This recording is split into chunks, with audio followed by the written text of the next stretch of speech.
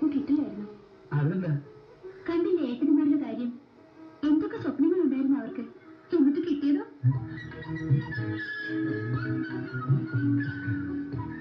ധൈര്യം കാണിച്ചില്ലായിരുന്നെങ്കിൽ ഞാനും വല്ല അലക്കുകാരനോ ഓട്ടോറിക്ഷക്കാരനോ തല നീട്ടേണ്ടി വന്നേനെ. ചേട്ടാ എന്താ? ഒന്നുമില്ല, ഇപ്പൊ മാറി. പാല് ശ്രീക്കുട്ടിക്ക് തരാതെ കുടിച്ചോണ്ടായിരിക്കും. ഉടുരാജമുഖി മൃഗരാജകടി യജരാജ വിരാജിത മന്ദഗതി എന്നാണല്ലോ. കിട്ടി, ഞാൻ ആഗ്രഹിച്ചത് തന്നെ കിട്ടി. നല്ല അസല് സദ്യ ഉണ്ട് എഴുന്നേറ്റവനെ പോലെ സമ്പുഷ്ടനാണ്. ജയലക്ഷ്മി, നിനക്കറിയാമോ ഞാൻ എന്താണ് കല്യാണം കഴിക്കാൻ ഇത്രയും താമസിച്ചതെന്ന്? ഇല്ല. എന്നാ പറ്റിയ പെണ്ണിനെ കിട്ടാത്തോണ്ട് തന്നെ ഒരുപാട് അന്നത്തിനെ കണ്ടു. അമര പയർ പോലുള്ള പുലിക, ഉണക്ക വിജയിക്കാവരുടെ തലമുടി, കത്തിരിക്കാൻ മൂക്ക്, മൊത്തങ്ങ മോഹം. മലയാളത്തെ ലേശമില്ല.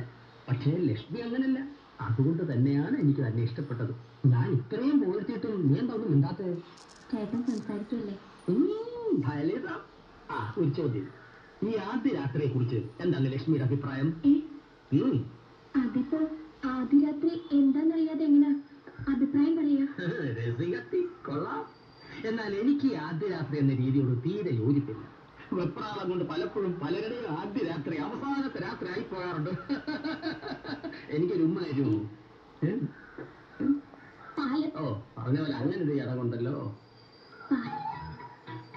എന്നാ പാല് കഴിഞ്ഞിട്ടാവാം പാൽപ്പായസം.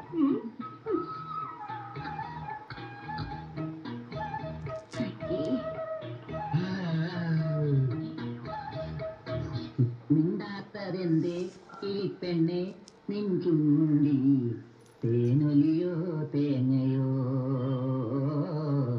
തേനൊലിയോ തേങ്ങയോ. അയ്യോ, താഴം പൂമണമുള്ള തണുപ്പുള്ള രാത്രി തനിക്കിരുത്തി ഉറക്കല്ലേ സുപ്രഭാതം. ഇന്ന് തന്റെ ഒടുക്കത്തെ രാത്രിയാണോ കർമ്മ?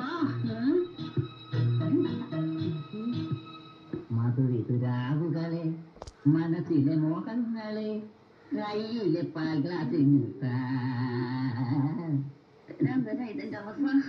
ഇതിന്റെ അവസാനം എന്തെങ്കിലും പറഞ്ഞോ? അയ്യോ, എന്നെ പാലെന്ന് പറയായിരുന്നു.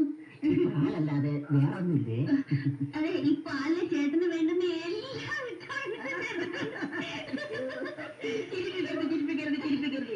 ഇങ്ങനെയുള്ള സമയത്ത് സൂക്ഷിച്ച് ചിരിപ്പിച്ചില്ലെങ്കിൽ ഞരമ്പ് ഏറി പിടിക്കും. ഞരമ്പ് ഏറി പിടിച്ച പിന്നെ കാര്യങ്ങളൊക്കെ കുറയും. എന്തെങ്കിലും കാര്യങ്ങളൊക്കെ കുഴയും. അങ്ങോട്ട് ഇരുന്നാട്ടെ.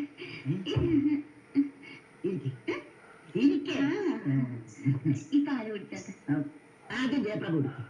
ആദ്യം സ്ത്രീകൾ ആദ്യം എന്നല്ലേ മഹാകവി ശിവാജി ഗണേശൻ പറഞ്ഞിരിക്കുന്നത്? ശിവാജി ഗണേശനൊക്കെ പറയാവുന്ന ചേട്ടൻ പ്രശ്നമാക്കണ്ട. പാല് കുടിച്ചാ